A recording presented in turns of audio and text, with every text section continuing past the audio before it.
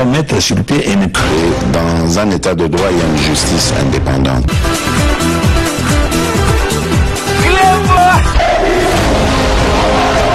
Ce n'est pas pour rien qu'il faut des conseils.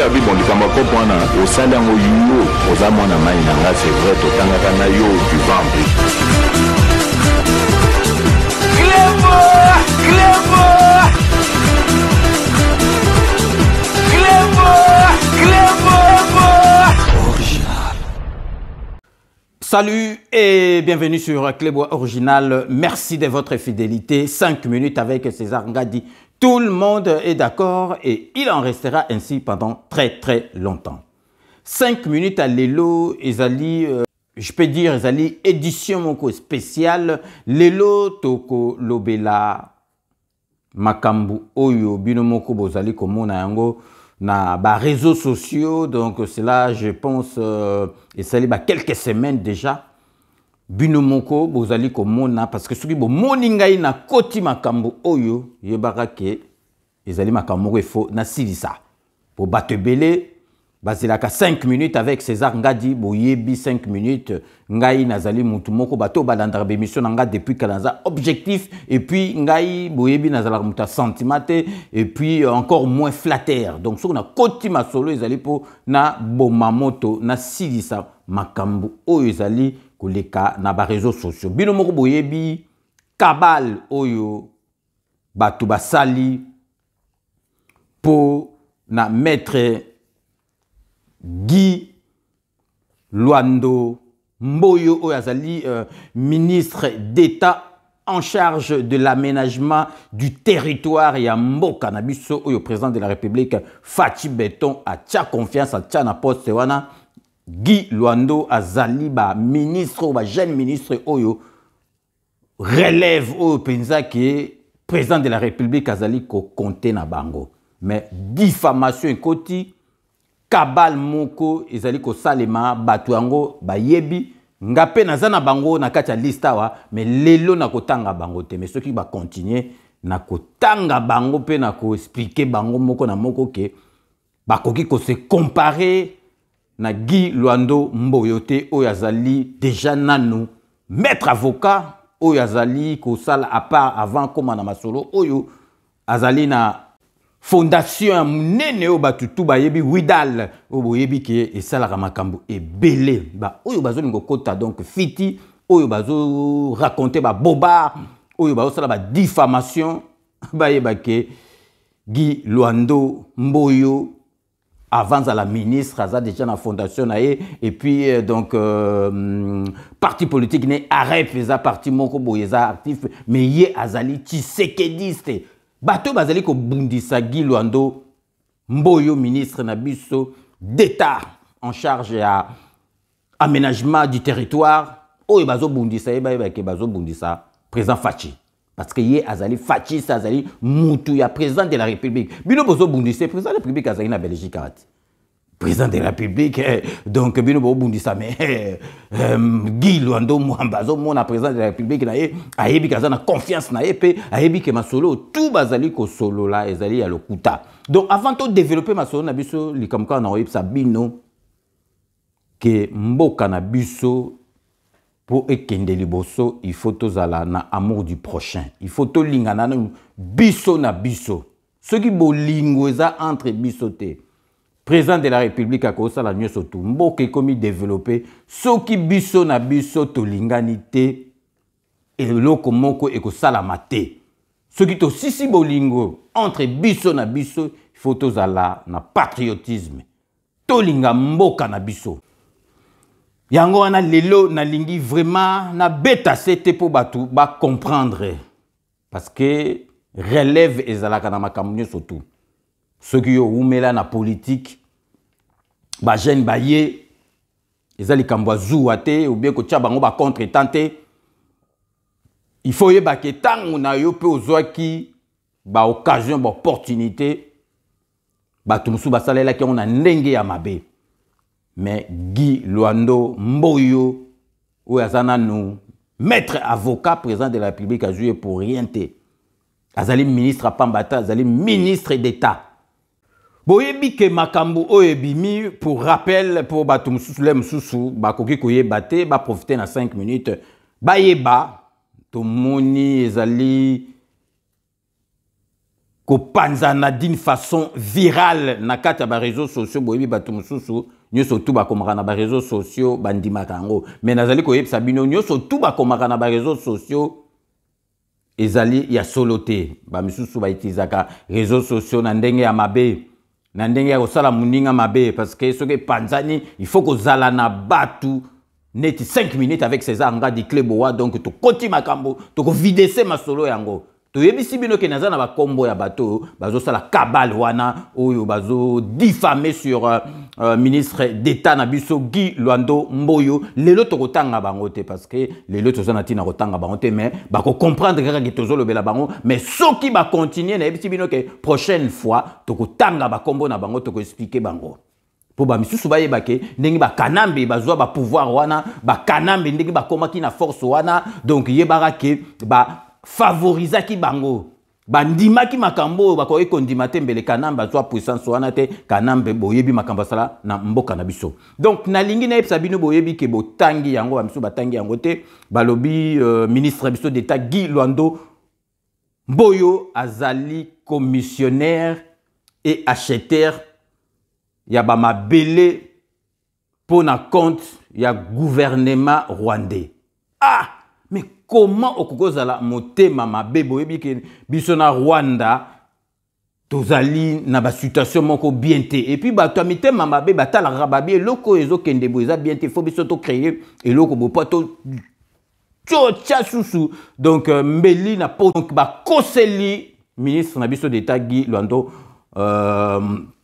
Mboyo, donc ministre d'État, Oyazali en charge de l'aménagement du territoire, balobi qui Yazali commissionnaire et en même temps acheteur et a terre pour les comptes du gouvernement rwandais. Donc commissionnaire et acheteur des terres pour les comptes du gouvernement rwandais. Ezali Lukuta.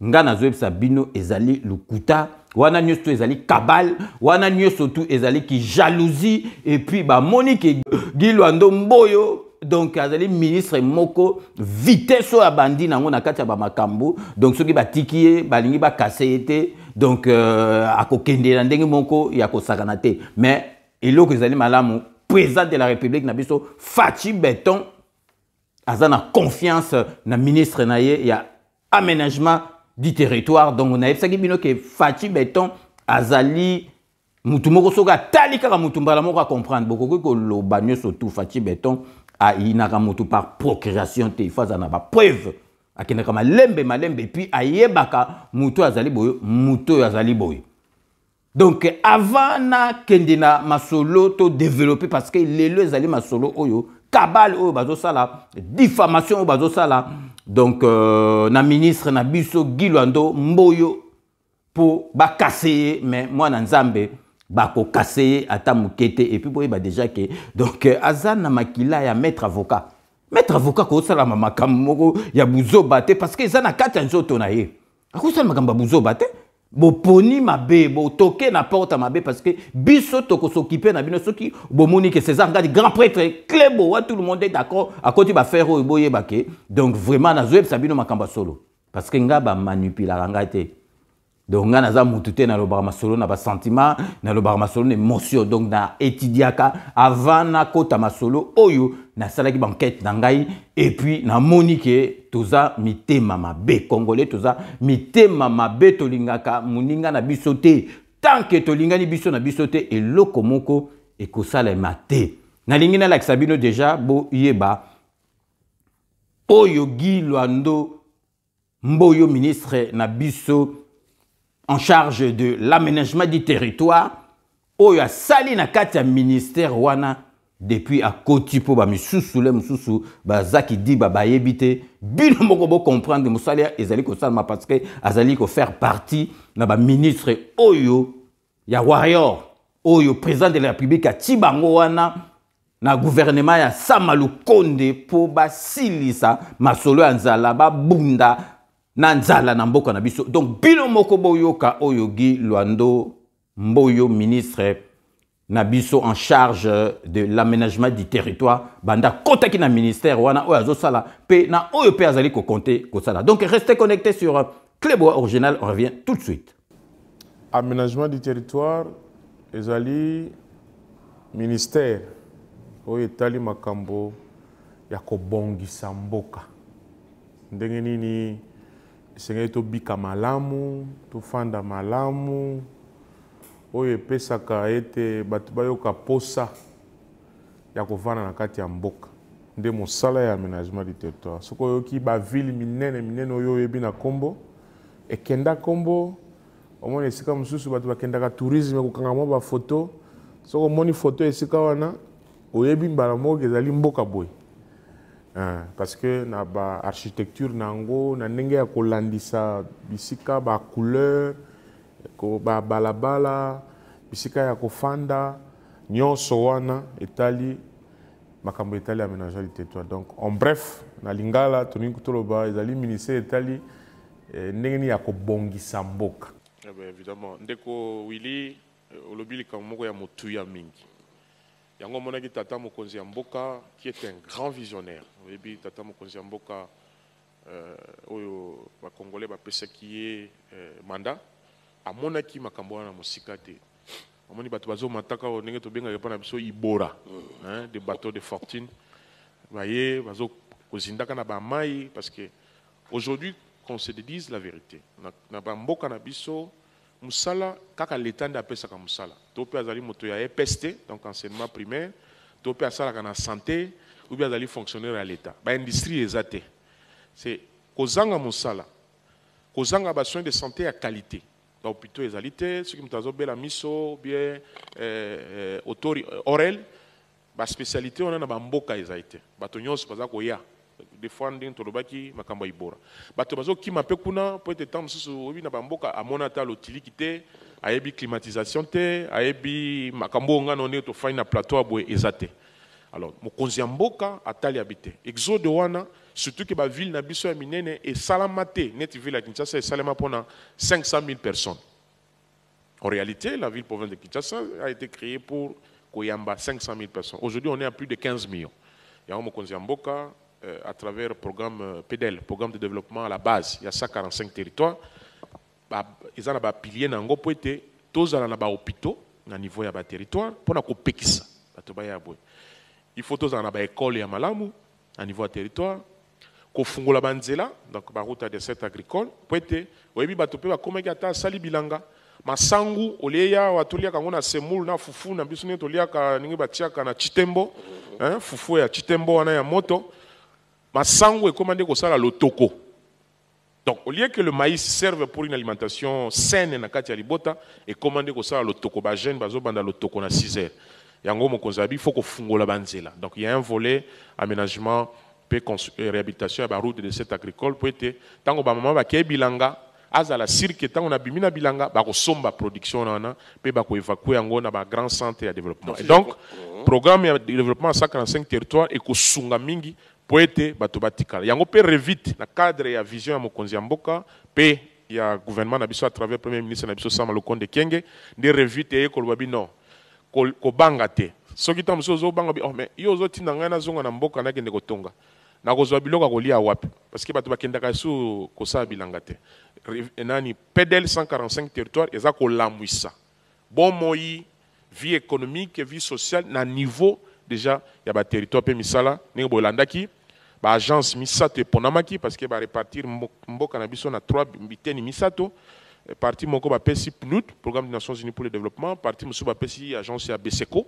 vous allez rattacher na ministère des finances na cellule financière ya CFE ou etala makape makambo na niveau ya ministère des finances pour na ba recruter ba sala ba appel d'offres na moment bazo sa no étude ko finaliser d'ici là PDL 145 territoires ils ont bandapé revite et zupena misisa nango pour être bato bazonga bakini kotonga. Alors depuis que vous avez lancé, on revient un peu en français, vous avez lancé le programme.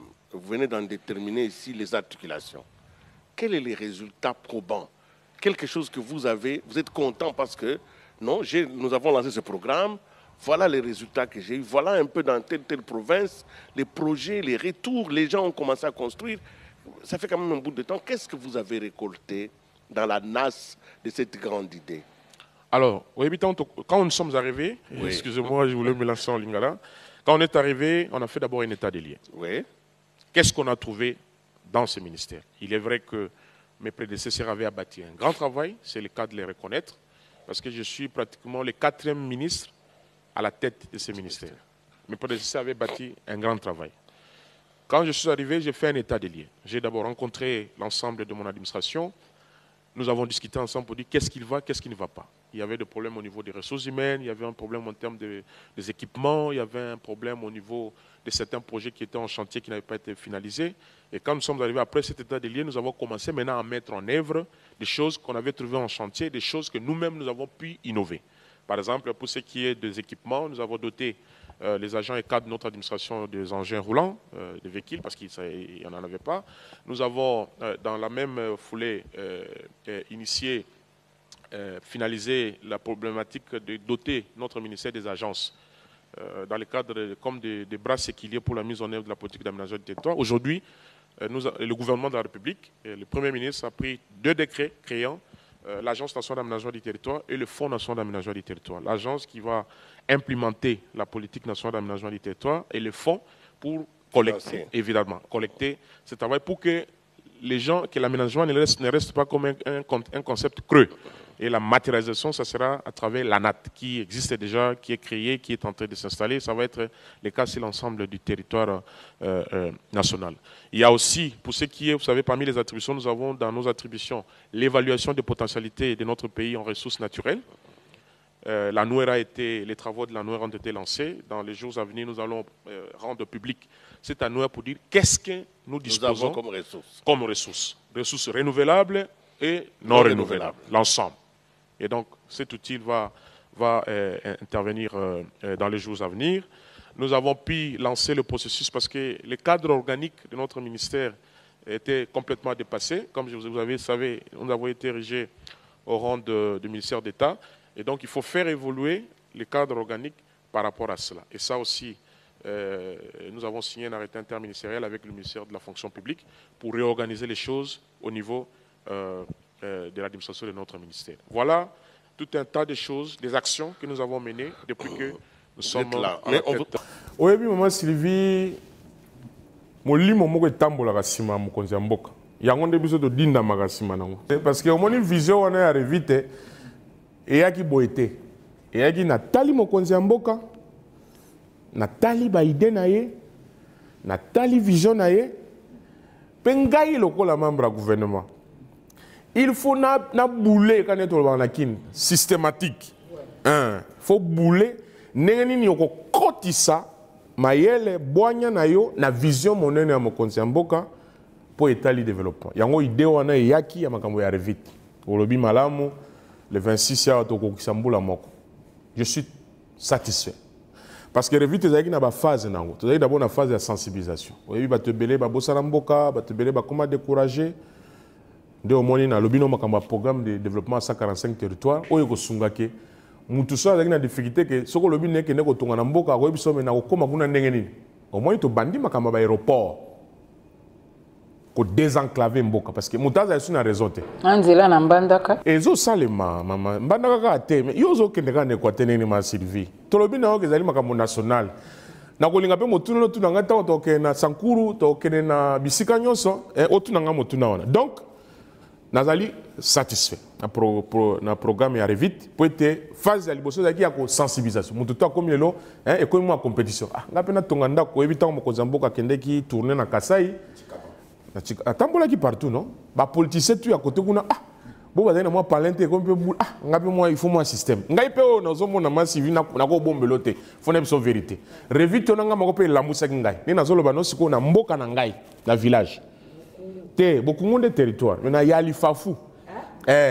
na sina tongi mo eloko na ngamwa ezakuna na tongi na yali fafu na tongi na bokungu na territoire na tongi na boende na zape na ndako na nga na mbandaka omoni makambo revite etindi bato et puis quand ngai moko tozui ba appel oyebi to chaki na kati ya ministère to bengi call center pona koyamba bato nyonso papa ndenge ni to kosala mais oyebi ke zali vision moko monene ko lansama na vision ta mokozi ya mboka donc pour la première phase ya sensibilisation je peux vous dire que bato nyonso ba comprendre que on est mieux que chez soi. Hein? Et pas n'habiter aux Congo, na yo mokopé, na habité so yebi ata ndakwa village na bino na habité bo bino pe na ba journaliste ba tuna bino mituna te na yebi règle ngona ni mutasala ngote et ra ko tuna mituna ba ko tuna ote mais bref yo mokopé ngo zali ona e koma pe na mo bulu moko si peut tenir qui na village bo ke na mboka bo la wapi. Donc sensibilisation, stimulation, l'élo mutu toi comme na posa tonga. Je peux vous dire maman Sylvie qui est totalement satisfait mais siko to ko na phase etali comment quoi accompagner bato mutakoza na moi lo menya na ye azali na poto azaka na Kinshasa mais akono tonga na mboka ndengeni comment ko intervenir ko faire intervenir pe ba banque hein oyebi makambo etali habitat ndengeni pe ba banque ke tamsu ndako ku ya ba ndako ko kuteta mususu 5000 to 10000 oyebi to zoki mwana moko utaki na Sidu Bangi to lansaki na ye na côté ya Menkau projet ya ko tonga bandako à moindre coût. Mais c'est tout un travail qui est en train de faire, des décisions sont en cours. Ce n'est pas le moment de dévoiler, mais pour répondre directement à votre question, la phase de sensibilisation arrive vite, qui n'est rien d'autre que repensons à nos villages, villes et territoires, qui toquent. Bien affilé. Sylvain, Malobombo Kayo. Bien affilé, qui toque. La poétali revite, la toni sami na esengo, mwana mboka Giloando, kozala toko na toko, haina yo, mwana kusulula. Même matali otombo l'école abiso. Olobi makambo etali aménagement du territoire 145 territoires. Nangina yeba mosala penza oyo aménagement du territoire ezali na ngoto mokumba na po etali botomboli ba territoire kama yoko na tukumitano na tukinde na mitano. Mosala aménagement du territoire ezali penza ni kolongwa na gare oyo tu koloba. Nini bosi bosala mosusu.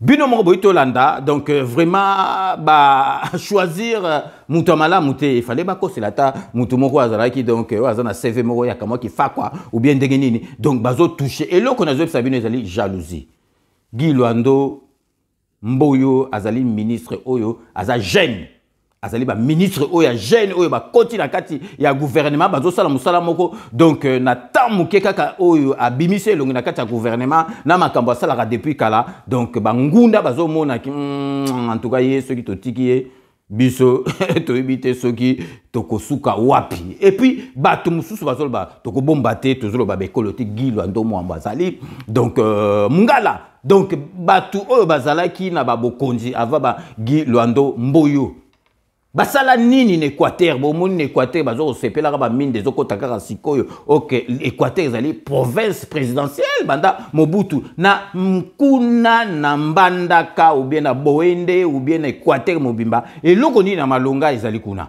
busala eloko te yango na bozo kela Guy Luando donc zuwa na motema li kundu parce que na ba réalisation azo sala nazo la Sabino botala par rapport déjà ya fondation na ye botala makambo oyo awiti kosala na Équateur na Boende donc na mboka na ye et puis na région na ye po bomona yango wana eza ko attirer ye ba jalousie ba jaloux bazali kokota parce que bazomona Guy Luando Mboyo ministre donc maître avocat azosala ba jeté parce que donc yeso ka zuka ka 10 ans na mama solo oyo donc vraiment et sikanyo surtout azokleka même en Équateur même na Kisasa botala na ba place surtout azali koleka donc musala azali kosala tout le monde est d'accord avec le ministre Guy Luando Mboyo.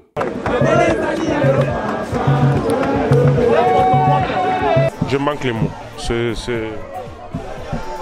Quand je pense à toutes ces personnes qui sont mortes, vous savez, sur le fleuve Congo, noyées à cause des bateaux de fortune, tu sais, il y a beaucoup de gens qui ont laissé leur vie. Et en construisant ces bateaux, c'est une réponse minime à ces besoins-là, que les gens voyagent dans de bonnes conditions. Et assister aujourd'hui à la mise à flot de ces bateaux, au-delà de tous les sacrifices, parce que vous savez, la mise à flot symbolise la fin de quelque chose qu'on a voulu en termes d'idées et qui est devenu une réalité. C'est beaucoup de sacrifices. Hein? L'argent qui pouvait peut-être servir à autre chose, nous avons dit non. Nous nous sacrifions pour doter notre population d'un instrument qui va leur permettre d'assurer leur déplacement. Vous savez, 80% de la population congolaise vient à Kinshasa par la voie fluviale. Donc, c'est beaucoup d'émotions, beaucoup d'émotions. C'est parti d'une simple idée aujourd'hui, voilà. Le bateau, il est là. J'ai conçu en tête qu'il fallait avoir un bateau, mais il est là, voilà. De l'idée, lorsqu'on agit, voilà ce que ça donne. Et c'est ça la joie de toute la population que tu vois ici. Merci mina papa Abiso. Pour atiki biso de nanzela mai. Et ça première fois que ma pena kofungwa ma pena fungoli. Et ça to be yango lokola courrier. Bateau moko boye spécial mundo sakomata. Po ba ibole silisi batu ndenge moko alobi. Yango to pesi merci mingi matondi mingi po ça muta liboso ya kosala pe loko wana. Exactement, les Congos de l'action. Comme je dis toujours, les colibris, nous on fait toujours notre part. Jusque-là, on ne fait que faire notre part. Et que chacun fasse sa part, le Congo ira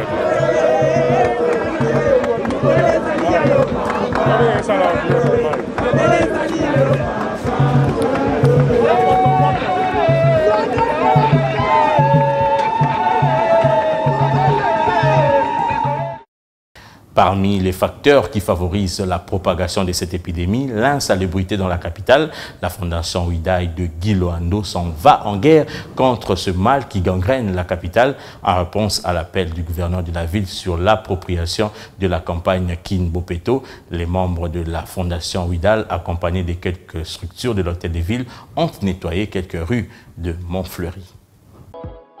Balai, pioche à la main, râteau.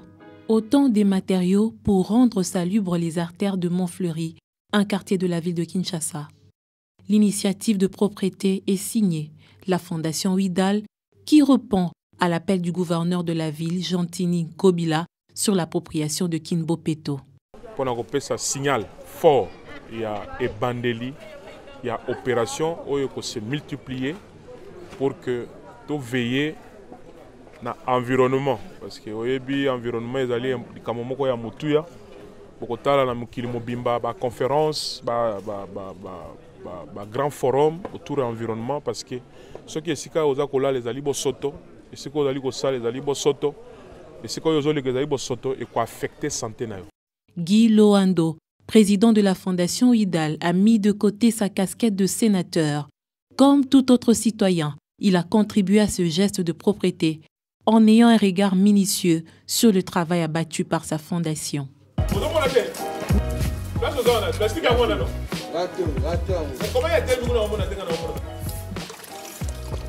La question d'assainissement est une affaire de tous. Grâce à l'appui de l'hôtel de ville, à travers ses différentes structures, entre autres Raskin, la Fondation Ouidaï a pu travailler avec des matériels appropriés, un fait qui démontre la volonté de la ville à accompagner les citoyens congolais adhérents à la campagne Kin Bopeto. Mais le peuple d'abord, c'est que tout ça na yé tout ça na yé yo représenter le peuple bango yo, yango photo sungana biso pe to peuple. Ils étaient pour tout ça ba élu que to ko ba politique différente bango te biso pe to ça moko ya peuple. Par ambitionner une activité à l'élo, c'est que il y a qui mobilisation en sali pour batuba soukola. Soukola baka niveau balabala alors ville na organe technique ya makambo assainissement babengi yango Raskin. Après tous ces efforts, le quartier Montfleury brille de nouveau et la Fondation Ouidaï entend multiplier ces genres d'actions à travers toute la capitale en vue de permettre aux Congolais de vivre dans un environnement sain.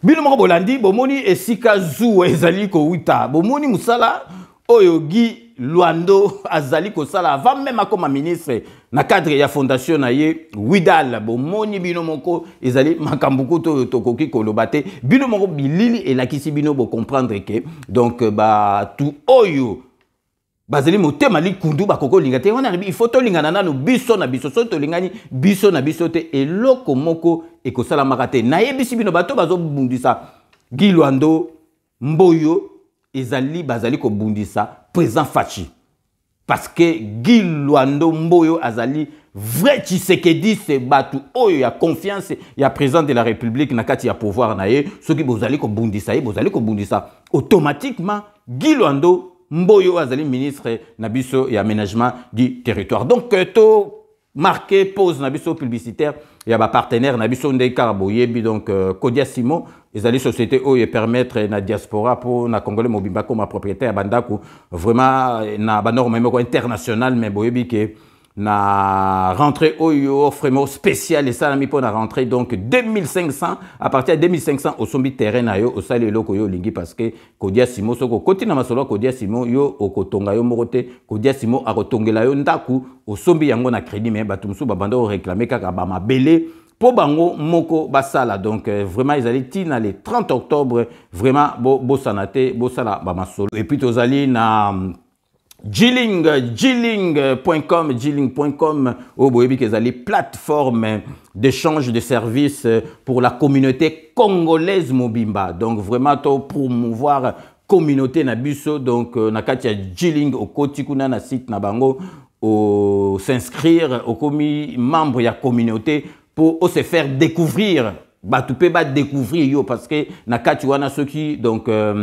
se découvrir aux alipes avantage au somba biloko au côté capé biloko vraiment na moins cher entre batukaka il y a communauté donc ordinateur net exemple ordinateur il y a sikaudo zango na moins de $150 donc ils allaient vraiment masolo moko ko sarnate loko biso to sengi na bino parce que Jilling ezapo na communauté na biso donc tozali déjà donc 105 millions de Congolais nous sommes vraiment partout donc dans le monde na kati diaspora ils allaient vraiment force na biso to s'organiser avec Jilling donc vraiment Jilling ezali eloko moko nazo senga na bino nyonso surtout bo kende kuna bo kota bo s'inscrire bo kota na kati ya communauté pe bo sanate boyebi bino moko na kati ya Paris awa restaurant moko na recommanda kabino ezali restaurant ba professionnel restaurant kitoko restaurant o yebani na l'état français donc ezali Galaxy Mambo na porte d'Aubervilliers donc Koti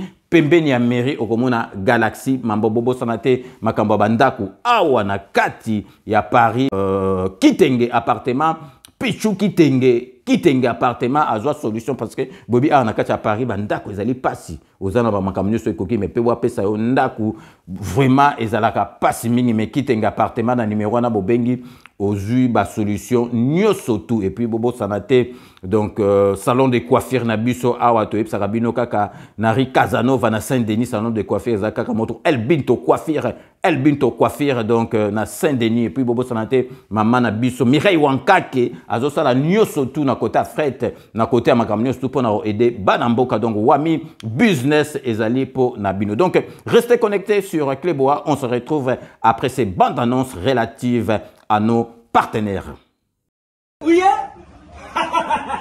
na yebisaki bino na kati ya Paris na Aubervilliers awa mubimba mbisi esalamaka kaka na Galaxy Mambo ata ukei suka uzunga na Galaxy Mambo petit histoire ya mbisi na kati ya putu awa c'est la Galaxy Mambo. Papa mama olingi olia mbisi ya munene oyo Kimambangu na 137 rue André Karma na 93 300 na Aubervilliers oza mobimba. Ah restaurant Galaxy Mambo awa na mikili ya poto kolia poisson frais nde secret na bino. Tala poisson tala nde ba bimisiango tande ba nyingeli ya matungulu kitoko yo wapi ekei saveur savonnier Savigne, biso na aussi sangonga moko fona benga bat misusu. Au numéro 137, rue André Carman, à Aubervilliers, composez vite les 07 53 28 89 07.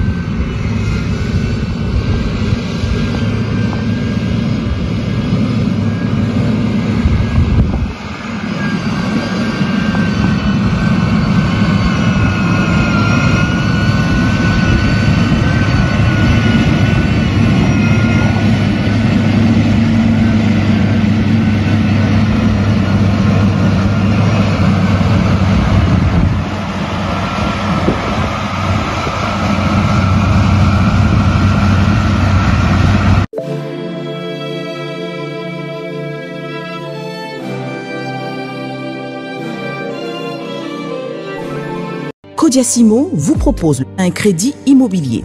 Vous êtes du Congo ou de sa diaspora? Vous désirez devenir propriétaire en RDC et faire construire votre maison en toute quiétude?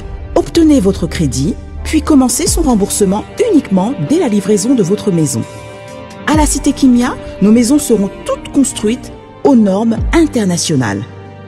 Située à seulement 25 minutes de l'aéroport de Njili, 10 minutes de Safari Beach, au cœur de cette cité moderne, vous y trouverez aussi un centre commercial avec plusieurs commerces de proximité. Nos bureaux sont situés au 173 avenue Mutombokachi, dans la commune de La Gombe, référence rond-point Forescom. Venez dès à présent réserver votre lot dans ce nouveau havre de paix à Maluku, ce nouvel Eldorado au Congo. Codiasimo, la meilleure adresse pour construire la vôtre. Kilelo, qui t'apparte, pichu qui t'engue. Tu as opé un appartement dans la poto. Solution mon ami. Aux en posa ya salle à concert, salle ya mariage, pichu qui t'engue appartement. Au salle location à restaurant, ou benga qui t'apparte, pichu qui t'engue appartement. Aux en posa ya événement, au défilé de mode, au ba maman baroya réunion, au sokinini. Pichu Kitenge appartement qui t'apparte. Aux en a besoin de louer terrain. Oh, n'a pas d'autombaranta banangai, n'a n'enga poto, zone industrielle. Qui t'apparte, Pichu Kitenge appartement. Au lingi au fungola, oh, babiro. Qui t'apparte, Pichu Kitenge appartement. Numéro à téléphone 0033 75 14 32 126.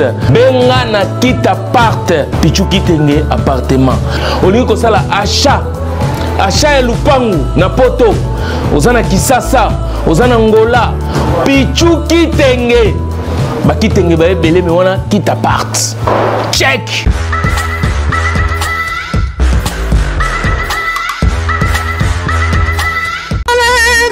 Bisanga balobi bonne nouvelle surtout pour la bande qui tient peuple bana wa bazala province et surtout pour la bino ba diaspora botu nanga nini yo lingaka kosomba biloko yo lingaka koteka biloko balobi site fungami na kombo ya Juju Link o bazoteka ba laptop bazoteka ba portable biloko ya malamu balobi soko lingi yo koma membre s'inscrit kaka na kati ya site biso yo moko kota na kati Juju Link o komona yo moko makambo etikala komona te ya malamu Juju Link depuis kala yo zalaki wapi poko tabino moko na kati ya site pour découvrir ba merveille biloko o etikala jamais kozala ekeyo. Aujourd'hui, vous pouvez faire la différence. Aujourd'hui, vous pouvez faire partie d'une communauté. Aujourd'hui, vous pouvez recevoir gratuitement des téléphones, des PC portables ou encore du cash pour vos achats. N'attendez plus, devenez membre de Gigi Link. Vous avez le choix entre plusieurs niveaux. Bronze, argent, or. En devenant membre de notre communauté, vous vous donnez la possibilité de naviguer sur Gigi Link Store et Gigi Link Pool Free, être informé des dernières informations d'emploi dans votre communauté, utiliser les produits américains à moitié prix, vendre ce que vous n'utilisez plus aux membres de votre communauté, recevoir des lots gratuits. Premier arrivé, premier servi. Gigi Link souhaite fournir à chaque membre un ordinateur portable à prix mini. Nous souhaitons donner à chaque famille de la diaspora, de Kinshasa et de province, la possibilité de s'équiper en matériel informatique de qualité. C'est la raison pour laquelle nous vendons des PC portables neufs à partir de $149. Ne tardez plus, visitez gigilink.com. Ne tardez plus, visitez gigilink.com. Sepela TV ezali décodeur ya Banamboka. Sepela TV différence nango ezali na ba décodeur mususu oto zalaka nango na kati ya ndaku. Sepela TV botala ngo ezaka mukie. Eza mukie olingi ko voyager ozu yango o voyager nango. Parce que ba décodeur obiso to zalaka nango evandika na ndaku mais Sepela TV déjà eza mukie botala ozu okolisa ngo na poche na kosi na poche à veste au voyager au memi yango partout dans le monde ici que kende. Donc on a besoin il y a câble HDMI, courant na internet. Internet est comme partout, courant est partout. Donc il y a plus de 500 chaînes surtout à Kitoko. Bilengi ba choix ya congolais kaka mutaoye bango. Donc congolais kaka mutaye bien. Congolais kaka mutaoye ba elengi nini yo kaka. Donc congolais kaka mutaye bien. Donc c'est Sepela TV ça ya bana mboka bozwa abonnement nango okozwa ngo ya ne mobimba okozwa ngo pe par mois obengi bango na ba numéro na bango bozali komona donc Sepela TV ezali décodeur ya yo ya ngai donc ezali ya étranger te ezali ya bana mboka avec Sepela TV tout le monde est d'accord et il en restera ainsi pendant très longtemps. Bienvenue dans le monde de Sepela TV. Sepela TV est le décodeur qui vous permet de suivre les chaînes du Congo en direct de la diaspora. Wami Business, votre agence de fret maritime et aérienne. Vend des produits importés, lait de beauté, vin rouge, blanc, rosé, sel, sucre, désodorisant, eau de javel, savon de Marseille, casseroles et divers articles. À Kinshasa, nous sommes sur l'avenue Maringa 83, direction Assosa dans la commune de Kassavou. Pour plus de contacts, appelez-nous au plus 243 85 018 22 17 0033 75 80 96 032. Wami Business, toujours la qualité. Sur Paris, nous sommes au 5 boulevard Ornano 75 018. Wami Business avec Maman Mireille Wankaki, toujours la qualité. Chez Elbito Coiffure, toujours, ça marche comme ça là, avec la diminution là. Toujours.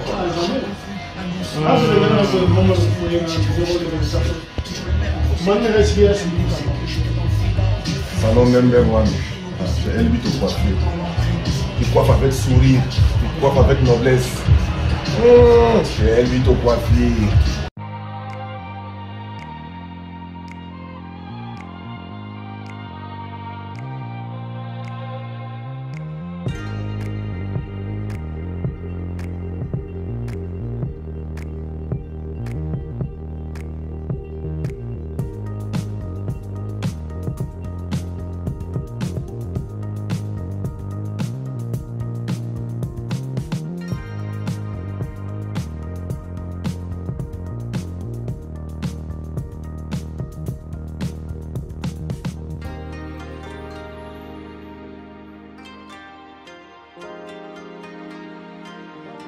Binongo Bowiti Kolanda, donc ba partenaire na biso o toujours remercier bango na confiance na bango bazalaka na biso donc tous les ans donc to zongili makambo na biso to lingi to lingana biso na biso.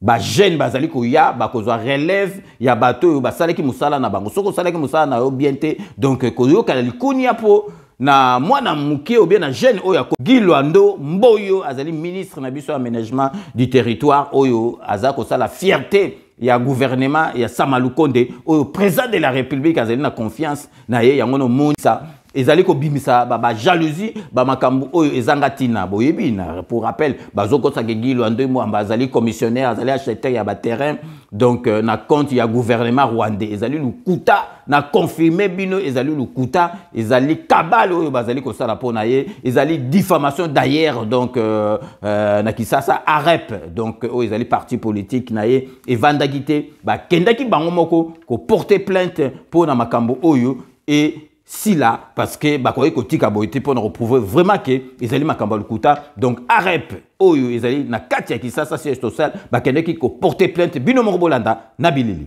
Fustigeant l'activisme qui s'observe à travers les réseaux sociaux, lesquels visent à salir l'image des marques de l'initiateur du parti politique agissant pour la République et ses multiples actions posées en sa qualité de ministre d'État, ministre d'aménagement du territoire, ces cadres de la formation politique AREP ont fait les déplacements du palais de justice pour porter plainte contre un inconnu pour imputation dommageable et diffamation. Une action judiciaire entreprise aussi pour mettre fin à toutes les campagnes de diabolisation contre le ministre d'État, Maître Gilwando Mboyo. Il se fait un temps que, de manière indirecte, il est porté atteinte à la réputation du ministre d'État, initiateur du parti AREP, pour freiner l'implantation de ce jeune parti très dynamique au sein de la République. Plusieurs motifs ou plusieurs accusations fallacieuses sont portées à son encontre et cela tend à porter atteinte à l'image du parti agissant pour la République. Ces partisans d'AREP croient en l'état des sièges instaurés au pays pour que lumière soit faite afin que les auteurs de cette action mal intentionnée soient déférés devant les barreaux pour répondre de leurs actes. Nous sommes dans un contexte purement politique et qu'il y a des gens mal intentionnés qui visent tout simplement à ternir l'image, n'est-ce pas, de l'initiateur de notre parti et à pouvoir intoxiquer la population par le discours de haine, par un discours inapproprié. Et cela ne passera pas. Pour nous, AREP, ces genres d'actes ne pourront pas passer et nous sommes décidés, n'est-ce pas, à aller de l'avant avec la justice. C'est ainsi que nous, AREP, nous avions décidé de pouvoir, avec l'aide de nos avocats, porter plainte contre inconnus pour que la justice puisse faire la lumière sur cette situation qui vise tout simplement à une déstabilisation ou bien peut-être à salir l'image de l'autorité de l'initiateur de... De par le dynamisme et la perspicacité de Maître Guy Londomboyo, ces membres du parti politique agissant pour la République sont convaincus de la vision de leur famille politique, celle de bâtir le Congo de demain et de placer l'humain au cœur de leur projet pour réussir ensemble le pari du développement et de l'émergence de l'RDC.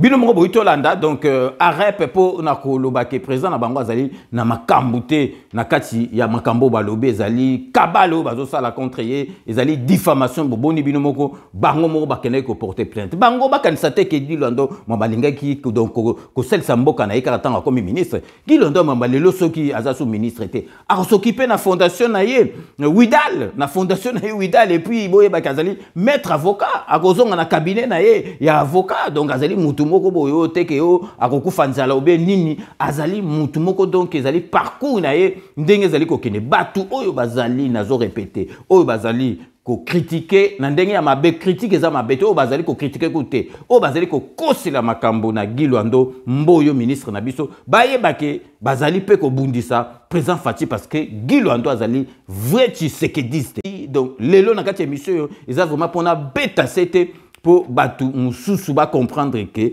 eloko moko ezali te balanda makambo yo ezali kosala na internet parce que internet ba ko kosolo le kambo donc pour rattraper ngo il faut zala vraiment mutu ya kata domaine pour rattraper ngo donc parce que ba misusu basala eloko te na kati Équateur basala eloko te na kati Équateur pour bango moko kutu bazoko kama makambo o ezali koleka au président de la République azali kosala na Équateur pour bango basala eloko moko te donc ceux qui au moni ba jeune bazali ko ya o bazali ko zo relève bazo sala musa donc il faut ko tchaye maboko ndenge to changer to améliorer nde idée yaki a impulser alobi to tonga ba caserne ya sika pona nini ko tonga ba caserne ya sika non seulement il faut ko améliorer ba condition nango mais esiko yo ba soda ba fandi otozo benga kako kololelo na histoire ezalaki esiko ezali kokabola esika mindele bazali kofanda o babengi ba évoluer na esika ba indigène bazali kofanda o babengi bato bazali coloniser o ezalaki mondelo place ka ko ezali ezalaki mondelo ngi balobaka na lingala ke pona okata kotoyo il fallait kozala na carte je crois ba kulutu ba papa na biso ba yebi mutu no sala kokota na kalina te gombe bazali kobenga ngo kalina pona ko yawo il fallait kozala carte d'accès. Alors, quand la makamone c'est même avant l'indépendance. Est-ce que tout tika kaka kokoloana et si quand Kinshasa c'est pour la ville il y a 500 000 personnes, l'autre zone a plus de 15 millions de personnes. Ba militaire na biso avendeng yango makanisi yaki pour que ba sala o ba bengi relocalisation. Kolongola ba militaire esika bazali lelo comme on a bisiko ezali mieux. Ah, na Kinshasa ndeti. Yango ba étude na kozonga tika na sisa idée na ngoko comprendre parce que moi mbutu mute kotaki bato mosu balobi o bakopesa ba $1000 ba $1500 makambo lokuta mais mokonzi mboka pesi makanisi gouvernement république quand même na sama lukonde ba approfondir mais yo kansika bolali bolamuki bobandi ko zoka bato bo memaka ba ona lokana ba jefang obi jefang te bo cheba ona jefang bo memba on lokana mipiko te il faut ba étude salem pour que toyeba avant on a mon konziamboka alobaki na biso ba instruction qui clair avant que simbata militaire moko ko bouger ye nesika songolo comme maye nesika pakala il faut na nobola kisaye akofanda wapi Na yango il faut que ça ba étude de kozulu. Oui, projet il faut que ça ba étude. Yango gouvernement de la République en toute responsabilité na yamba ki pe ba député ya caucus ya Kinshasa parce que bango pe moi nungu ekotaki o ba teki ka kokolo oui ka ba ndongolo miso ndenge ba linga ko bebisa makambo te gouvernement ya mboka ezali très responsable gouvernement kambami na sama lukonde bazali très responsable ba insuza ki ngai balobi to ça na no ba étude préalable yango ba étude yango eza en cours mais to qui peut contrôler IGF na gut na sepela ki tan na moni IGF ba na bi na ben na ma transparence pour ça copter aménagement il était ça copter o benda balare ate so lingo benda balare ni na lobaki ça va faire na yo beta kayu mutako tuna azate mais awo eza transparence donc IGF bayaki l'inspection générale de la finance pour na contrôler parce que gouvernement na décision conseil des ministres ba pesa ki ba fond pour na ko ça ba étude wana oyo ko senga ke toyeba na kankokolo mabota mazali boni nani akufela mobali nani atikala veuf nani atikala veuve bana baza boni basi baza boni batata baza boni population eza kuna boni ozomona basalaka nini nani aza na certificat d'enregistrement parce que oyeba yango mpe na kankokolo na superficie nango ndenge ezalaka bato mosusu basi bazwa ba certificat d'enregistrement baza na batitre de propriété il faut mpe toyeba pour que bateau exactement que surprendre bateau. Donc ces études de ça les manangai aménagement te wane comme compétence il y a état-major général. Donc chef d'état-major général a qui saisi na structure moko ezali innovation nga na sali depuis na commune en tête à ministère aménagement du territoire na tient en place des structures ezali budgétivore te et pour na ko parce que au cas mobino yo ko créer ba structure pour na ko bakisa ba dépense ya mboka te to créer qui ANAT agence nationale d'aménagement du territoire na FONAT Fonds national d'aménagement du territoire. Ils ont une innovation dans le cadre d'une année na six Maman Sylvie. Donc, ANAT a recouru à na chef MG, na ba structure armée pour que toute une commission ait été mise en place, ba étude de ça les manières dans lobby, ba comme même militaire wapi pour répondre à motuna na yo. Périmètre ngo ezali ya nani, place ba comme même bango. Ba ko tongango ba type ya ba caserne ko za ndenge nini. Architecture nango ekozala ndenge nini chaque ndako ekoyamba ekozala capacité ya famille ya combien de personnes mama soko ngaka ne moi zanda ko somba biloko kolia wapi soki abeli akokende ko se soigner wapi bana bakokota ba école wapi tout ça ekozala défini na ba étude wana alors une fois que to déterminer sika to comme militaire parce que ninga na lobaki moto moko akolonga na kako kolote soki sika bato bakokende nano esilite pezali prêter. Alors après que tu as longola batuna kako kolo to komema bango na bisika wana siko tango to tika na kako kolo to ça na nini chronogramme ya makamno so ya ngo ba étude déjà en cours d'ici maximum 3 mois na ko zongela subino en toute transparence pour na ko yebisa bino chronogramme mais d'abord à ce stade to ça ba étude pour que tango to longola bato et sika ba ko kende siko na kako kolo boyebi lelo na mboka na biso to na déficit ya ba structure hôtelière ba hôtel eza ya kotanga yo moko yebi ba kombo to ça publicité hôtel. Les autres, ceux qui ont sommet mon à chef d'État, dans la chambre de Kokate. Alors, et si quand on a, une fois que tu l'ongoli militaire, espace est disponible, j'insiste bien. Oh, il y a beaucoup de choses, quand on s'en va dans le tribunal, dans le parquet, tu l'ingite que mon conseiller Mboka, ils allaient mais ils allaient instruction à chef de l'État, commandant suprême, alingi wusu et botama, qu'on a été mindondo te que bateau, bitumba, tension sociale.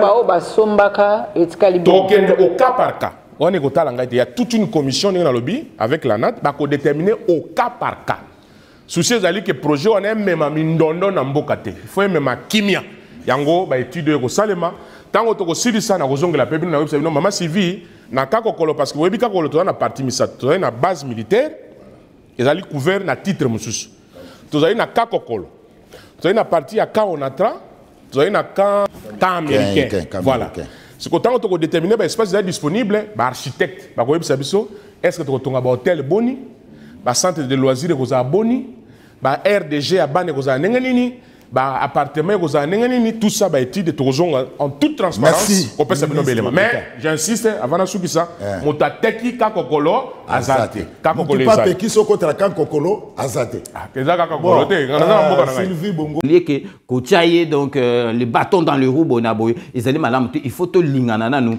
Biso na biso parce que les autres autant va combattre mais bon miye bibino moko nazali na liste na bino awa prochaine fois ceux qui kaka makambo oyo ezali ko continuer kaka boye bake to ko tanga kombo na bino. Donc heureusement na makambo nyo surtout président de la République azali na confiance na ministre na d'État oyo na kombo ya Guy Luando Mboyo bino oyo nyo surtout bogoloba donc bogotikala na soni. Donc yangona lelo penza il fallait tout bêta c'était parce que makambo to go tikate parce que bobi internet ça va trop vite batu mususu batala na bango makambo mususu te batika la kaka toujours focalisé donc na kati internet ba ko raconter n'importe quoi ba bobar ba fake news bango ba koyeba te ce qui biso to rattraper en côté donc egotika la kaka ndengwana et puis ezali ko panzana donc pour kaka na ko salir donc Guy Luando Mwamba donc na répéter na bino sous makambo balobi Guy Luando Mboyo ministre na biso d'État et aménagement du territoire azali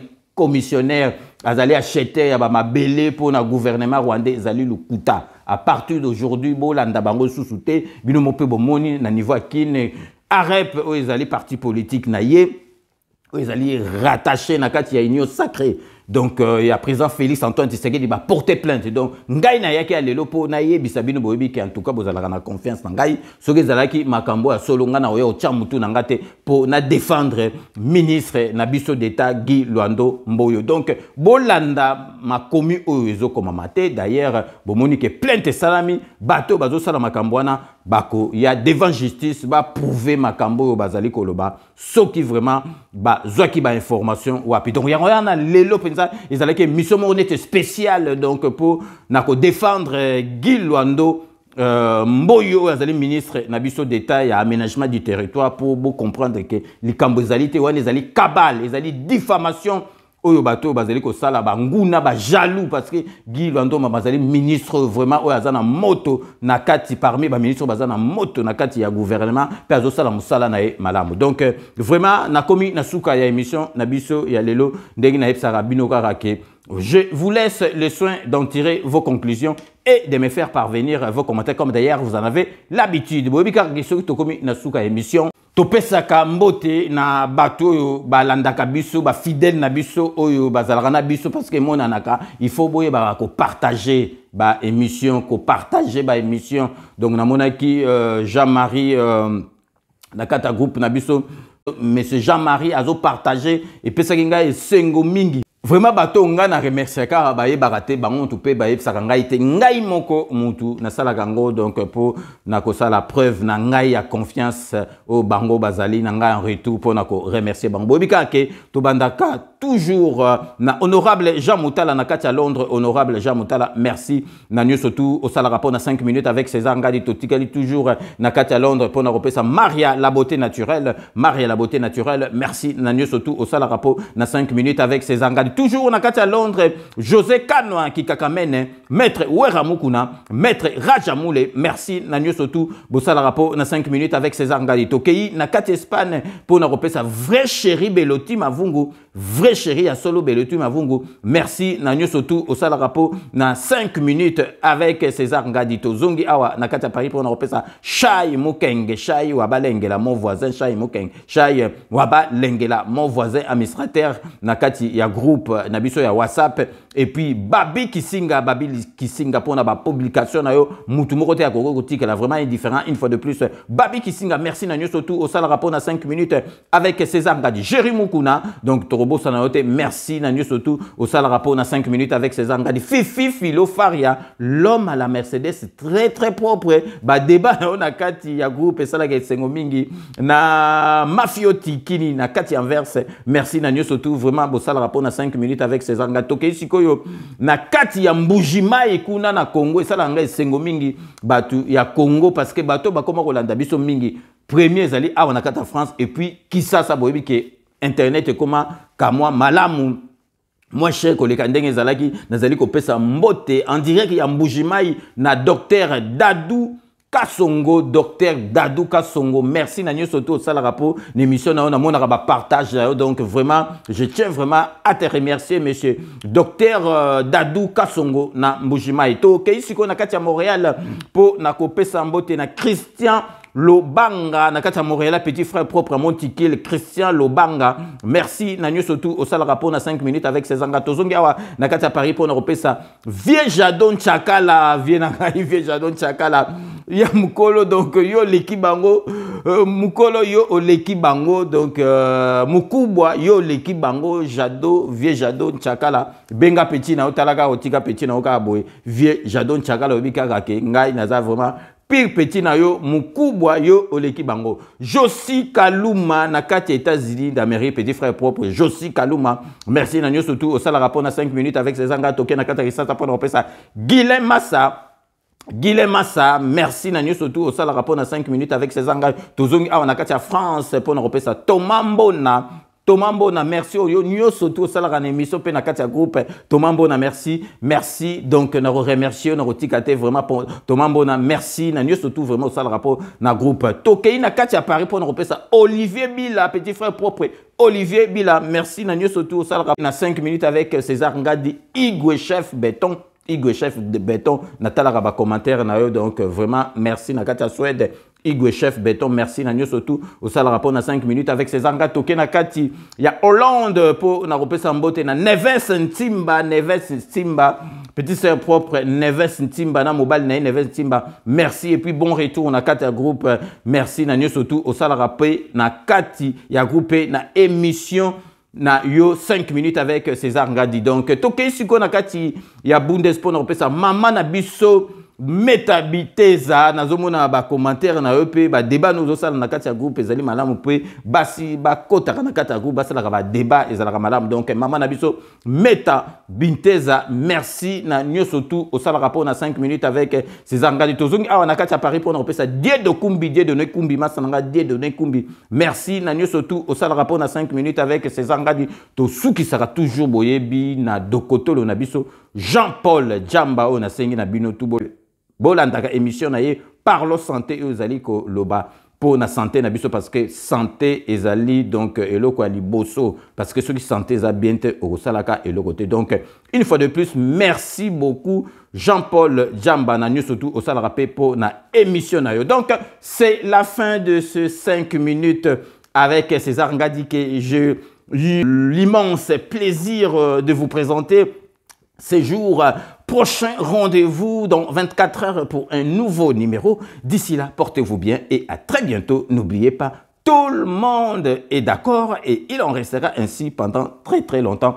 Bobo Salate, Kanambe, Akozwa, Masolo, Nambunchu, Penadikos.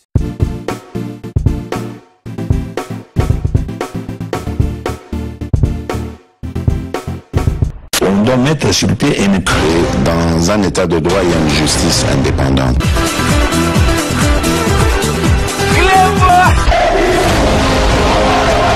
Ce n'est pas pour rien qu'il faut découvrir. C'est vrai,